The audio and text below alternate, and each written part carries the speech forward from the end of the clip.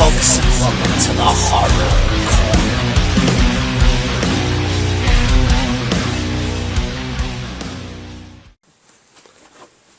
Good evening, folks, and welcome to the Horror Corner. I'm your host, Sean Patrick Gersh, and this week we are doing another movie review. This is Scream 6, released in 2023. And yes, guys, this is going to be my spoiler-filled review. So if you have not seen Scream 6 yet, turn this video off, go check it out in theaters, and come back and watch my video, of course.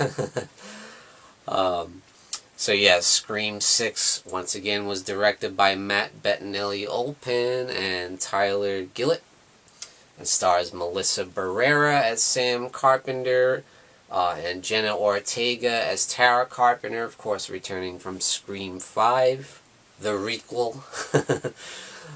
We also get Hayden Panettiere returning as Kirby from Scream 4, and we got Courtney Cox, of course, returning from the whole Scream franchise. Yeah, so I'm going to get into some stuff here. I am going to get into a little bit of the gory details. We're going to get into the whole slicing and dicing, baby, which I didn't discuss in the last video. So yeah, a lot of people consider this to be the bloodiest and the goriest film in the Scream franchise. And yeah, I gotta agree with that. It definitely is the bloodiest film in the Scream franchise because, like, the camera just, like, lingers there after Ghostface stabs someone. And you see the blood just gushing from the gut and the chest, you know. It's pretty rough, you know. Pretty brutal. And yes, we see Ghostface toting a gun in that one scene in the convenience store there. That was pretty cool. And yeah, and there's just like multiple stabbings in the film where Ghostface just goes off and you know, like non-stop, like Psycho, you know. It's pretty wild. Yeah, and as far as the gore goes, it's very well done. I also have to say this is one of the scariest films in the Scream franchise. You probably weren't expecting that, yeah, because there's some great tension and suspense in this film that we didn't see in the past couple, you know, say as far back as 3, 4, and 5, you know. It's probably up there with the original as far as being actually scary, you know.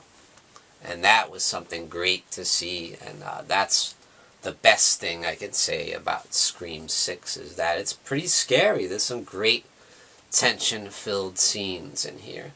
What did I think about the use of the setting of New York City? Did they do all they could with it? Maybe they could have done a little bit more, but, you know, I think they did enough to get by, because we did see some at Central Park in there in a couple scenes. You know, we see a scene on the subway, see, like, Grand Central Station stuff, you know. We see the high-rise buildings, because Sam and Tara live in the high-rise apartments. You know, they go into college there at Blackmore University. With, of course, Mindy and Chad, also from Scream 5, you know, so them four, the core four, you know, I said that in the last one. How cute, isn't that cute? Yeah.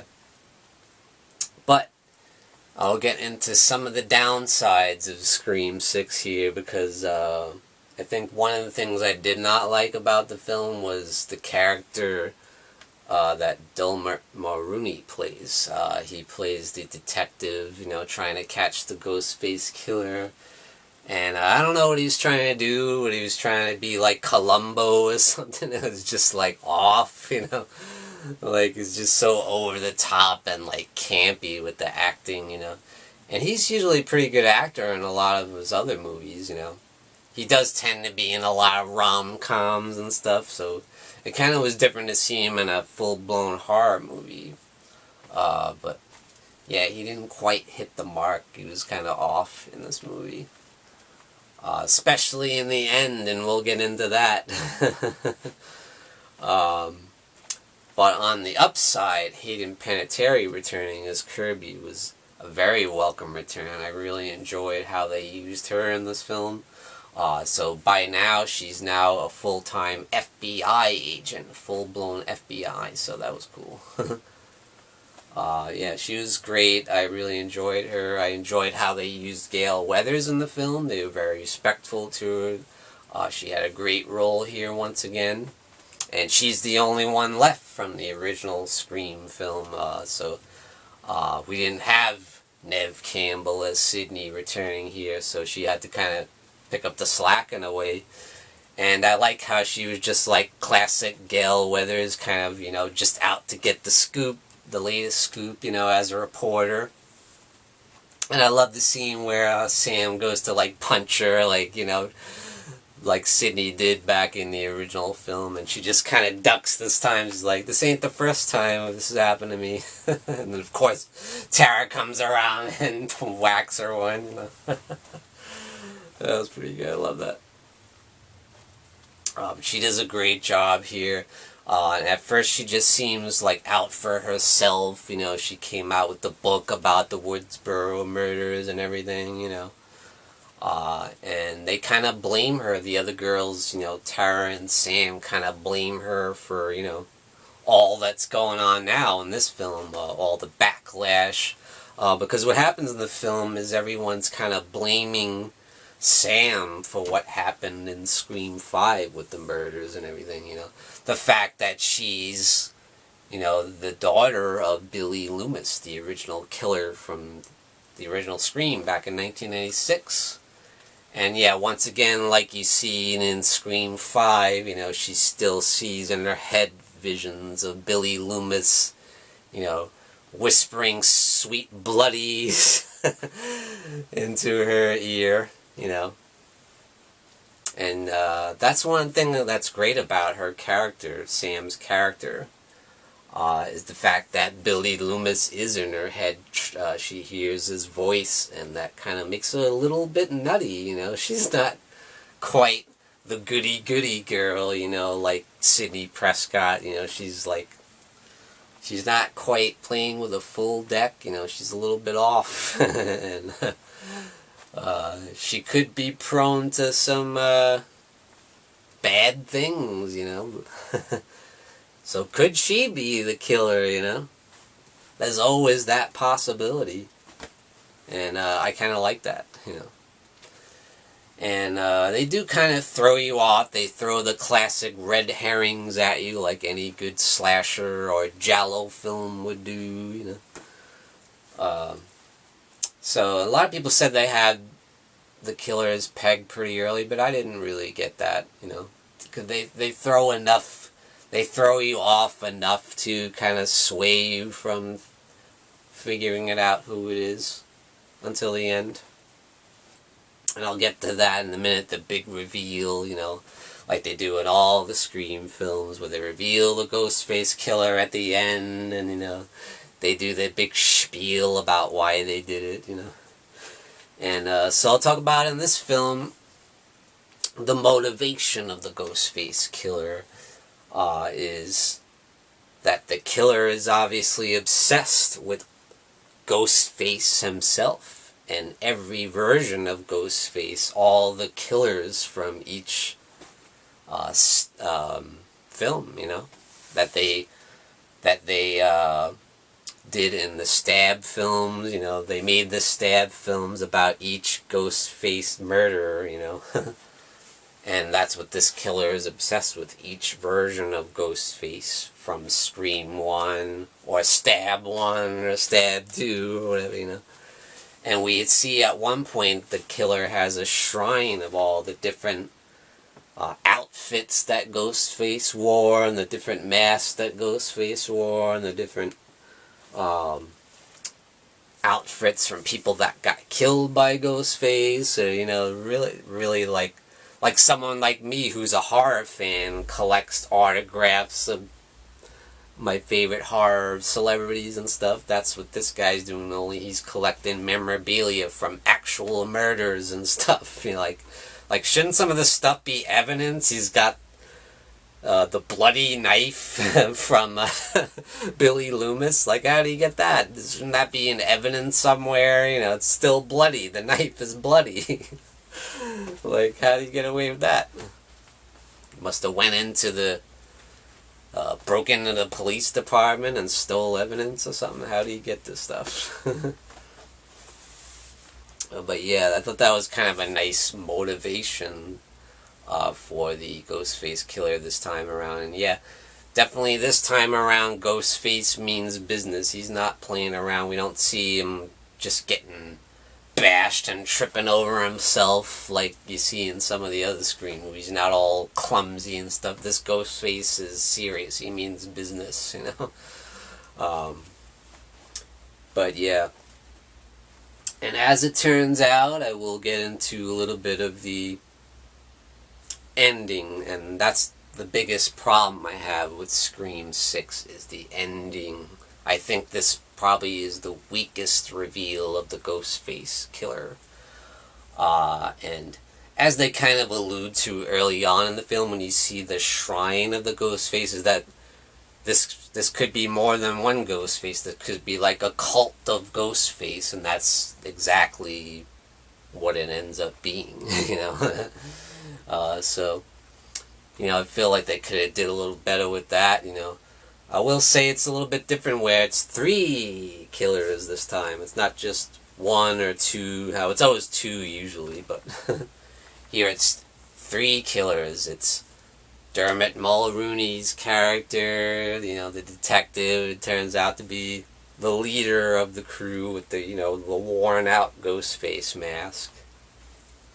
And his son and daughter end up, you know, being the killers, you know, and their motivation is that Sam was related to, you know, someone that she killed, actually, one of the Ghostface killers from, I think it was Scream 5.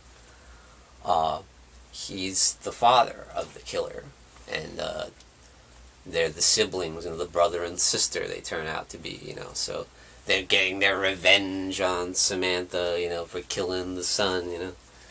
And the son was obsessed with Ghostface too, and made a whole fan film and everything about the Stab movies, you know, and they showed that up on the big screen. I thought that was kind of cool, but the problem I have with the reveal is not so much the characters themselves, it's the portrayal. The acting, I think, was terrible. Especially Dermot Mulroney is just like so over the top, you know, like, come on. And it, like I said before, it felt very Scooby-Doo-esque, you know. It felt like too much. It was like, oh, come on now.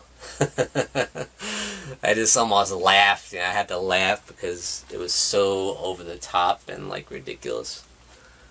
So, yeah, overall though, I feel like Scream 6 is really solid until the final act.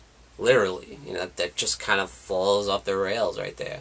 Love the scene in the subway. That was brilliant use of tension and lighting and direction was fantastic. Love the performances of Hayden Panettiere, Courtney Cox, and the 2 leads especially. Sam and Tara were just great, and the franchise, like I said, is in good hands. If you're focusing on those 2, they're the ones, you know. Focus on those 2 right there. The sisters are great, you know. Jenna Ortega and Melissa Barrera, bravo, great performance.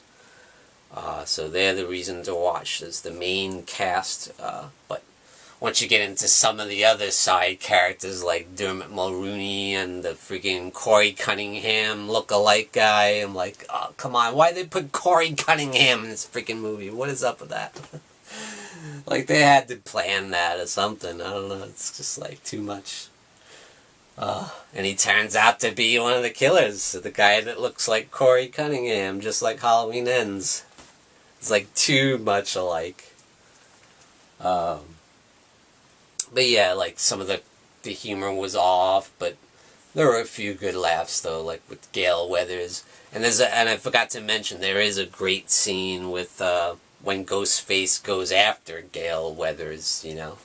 and they have it out. You know, it's really intense, and that's one of the best scenes in the movie as well, which I forgot to mention in my previous review. That scene is great, great tension, you know. She grabs a gun, tries to shoot him through the door, and he calls her from the other end, you know. Great stuff. And Ghostface, until the end, is really intense, you know, and then the voice, you know, and the games Ghostface plays are great, you know, with the phone stuff, you know, and the texting and the messages are really well done until the end. You know, it all falls apart in the end, which is a problem, you know.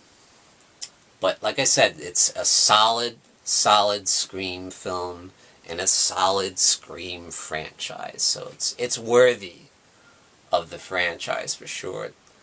Where exactly I rank it, I'm not quite sure yet. I'll have to do a ranking video and rank all the Scream films and see what I think. But I definitely think if you're a fan of Scream, you're going to enjoy it.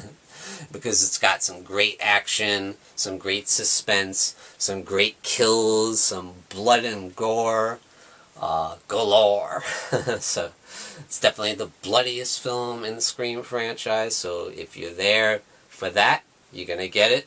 And if you're there for the thrills and the chills and the scares, you're going to get that too. And you're going to get some great acting and a little bit of campy acting too. So, but overall, it is worth it. I do give Scream 6 2 devil horns up. And thank you for joining me, Sean Patrick Urshan, in the Horror Corner. Tune in and stay scared.